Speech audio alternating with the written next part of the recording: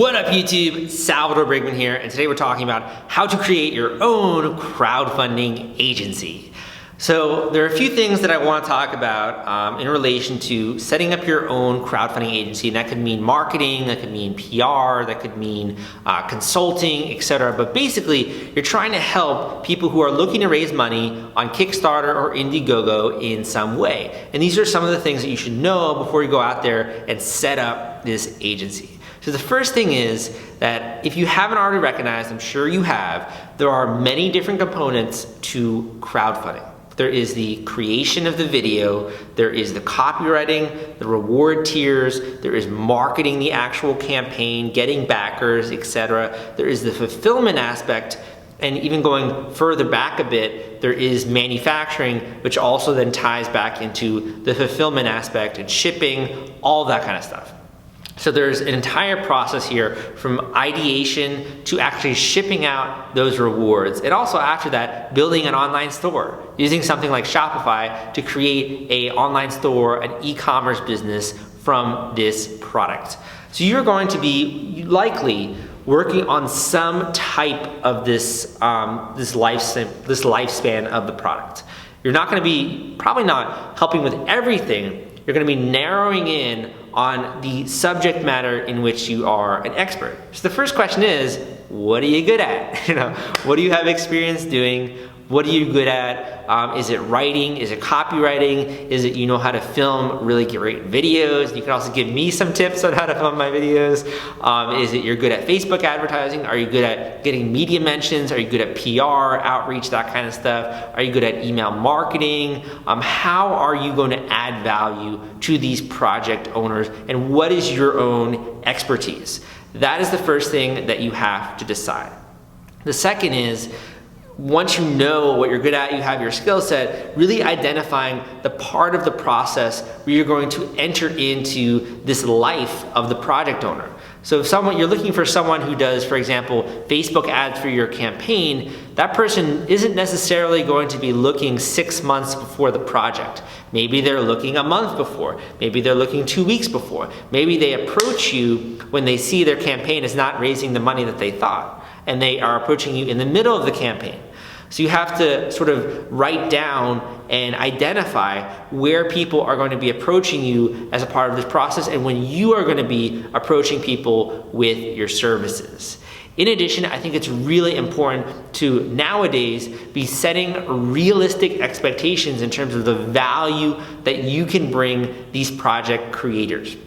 And the reason I say that is I run kickstarterforum.org, which is a free online forum. Anyone can go out there and leave a comment, a post, etc. And I've gotten some really bad reviews of agencies in the industry who just promote via scammy tactics and who take people's money and don't refund them, etc. And it's all you can search the forum of some of these companies that do this, and it's just horrible. So you want to make sure that if you are putting together these packages, if you are actually trying to add value to these creators, etc., that you have a very strong understanding of what you're bringing.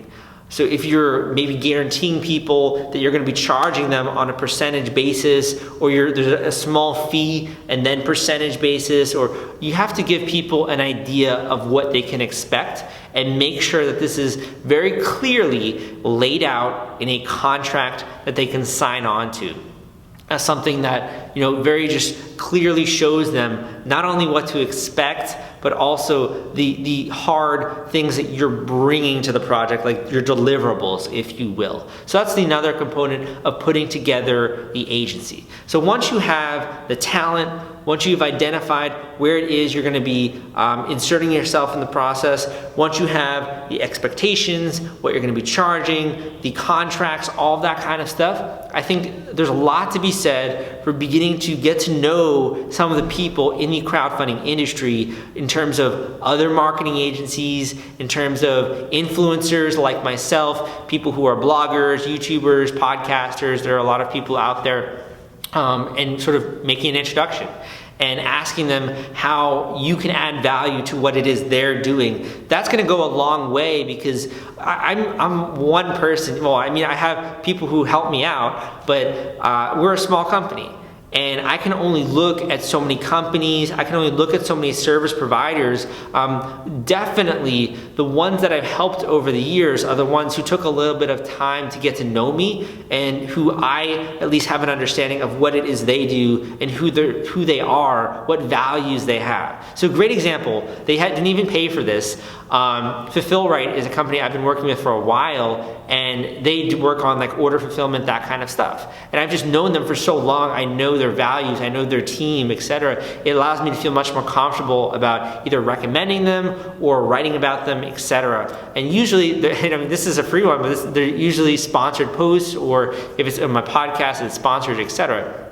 So there's a lot to be said for going out there and researching some of the top people in this field and getting to know them, and also how you can deliver value to these individuals. You can go on LinkedIn groups, Facebook groups, kickstarterforum.org, crowdfunding forum, a lot of these different online places, LinkedIn, to find these types of people and to begin to build that relationship with them.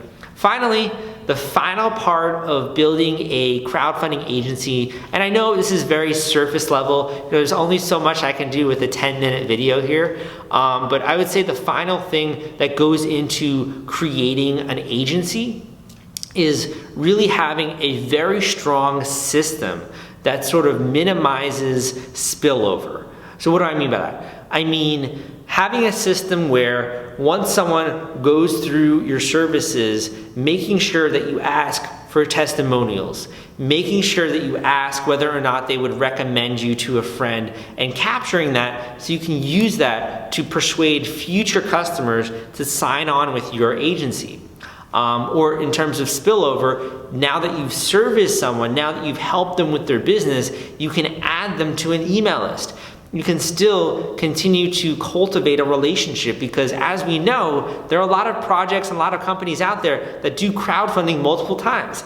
They've run multiple Kickstarter campaigns. So always staying at the top of their mind, being present in their awareness in terms of what they're doing with their business.